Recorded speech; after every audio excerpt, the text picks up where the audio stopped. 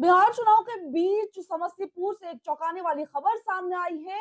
सरायरंजन विधानसभा क्षेत्र के KSR college के पास सड़क पर भारी संख्या में वीवीपीएटी पर्चियां बिखरी मिली है।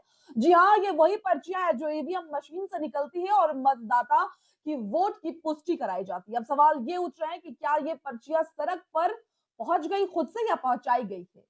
क्या ये लापरवाही है या फिर किसी बड़ी गड़बड़ी का संकेत है? प्रशासन ने जांच के आदेश दे दिए हैं, लेकिन इस घटना पर अभी भी वोटिंग की प्रक्रिया पूरी तरीके से खाली पड़ी। सोशल मीडिया पर भी ये तस्वीरें और वीडियो वायरल हो रही है। क्या वीवीपीएटी अब सड़क पर बिकने लगी है? जिला प्रशासन ने कहा है कि पूरी घटना की जांच की जाएगी और जिम्मेदार अधिकारियों पर कार्रवाई भी की जाएगी।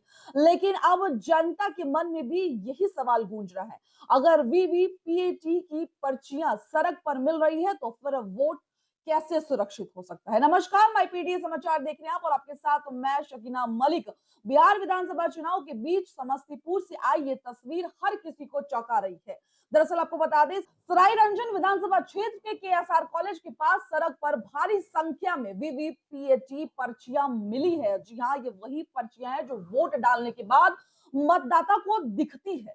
उनका वोट किस उम्मीदवार को गया है? अब ये सोचिए, अगर ये पर्चियां सड़क पर बिखरी मिली है तो लोकतंत्र का क्या कुछ कहना है? क्या वाकई में लोकतंत्र खतरे में है या फिर हम लोग लोकतांत्रिक देश में रह रहे हैं?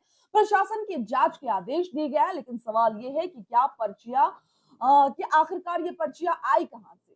क्या ये किसी ईवीएम मशीन से निकली थी या फिर किसी सामग्री का हिस्सा है? और अगर ये चुनाव से जुड़ी असली पर्चियां हैं तो ये सुरक्षा घेरे में आती है। सुरक्षा के घेरे में इसलिए आती है कि जिस तरीके से इस पर्चियों को तोड़ मरोड़ कर रोड पर फेंका हुआ, ये बड़ा सवाल उठ रहा है। साथ साथ ही आपको बता दें कि डीएम और अधिकारियों का इन तमाम मुद्दों पर क्या कुछ कहना है। घटना की जांच का निर्देश दे दिया गया है। साथ साथ ही जो लोग भी इन चीज में संलिप्त होंगे उस पर कड़ी कार्रवाई की जाएगी, लेकिन अभी तक इस मामले की पुष्टि नहीं की गई है और ये पूरा विषय अभी भी जांच का बना हुआ है। अब सवाल ये उठता है कि अगर ये पर्चियां मॉक ड्रिल की थी तो क्या सुरक्षा मानकों का पालन नहीं किया गया है?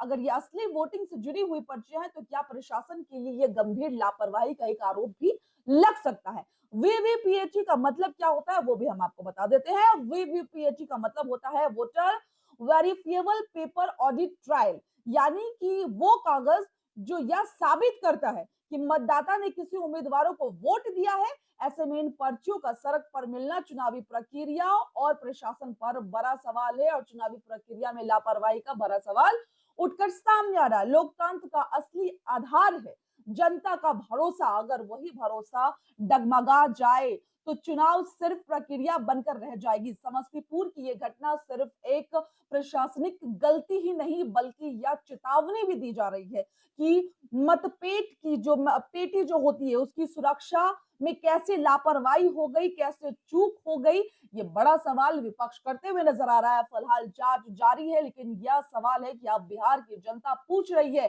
क्या वोट अब सिर्फ मशीन में सुरक्षित है या नहीं, या सड़क पर बिक गया है उनका वोट? दरअसल आपको बता दें कि इस बार पहले फेज की चुनाव हो गई है।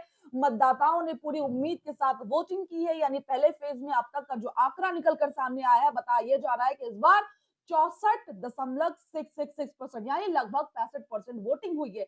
यानी कि मतदाताएं इसीलिए गुस्से में आ रहे हैं इन तमाम वीडियो और इन तमाम फोटोज को देखकर कि जो उनकी मेहनत, यानी एक वोट जो अपना अधिकार होता है, लोकतंत्र में रहने के लिए आपका जो वोट होता है वो आपका अधिकार होता है। और इस बार वोट की जो मात्रा है वो ज्यादा पड़ी है, लोगों ने ज्यादा वोट दिया। इन तमाम वोटों में जब तक का रुझान नजर आ रहा था उसमें यह बताया जा रहा है कि इसमें महिलाएं मतदाता ज्यादा है, युवा मतदाता ज्यादा है।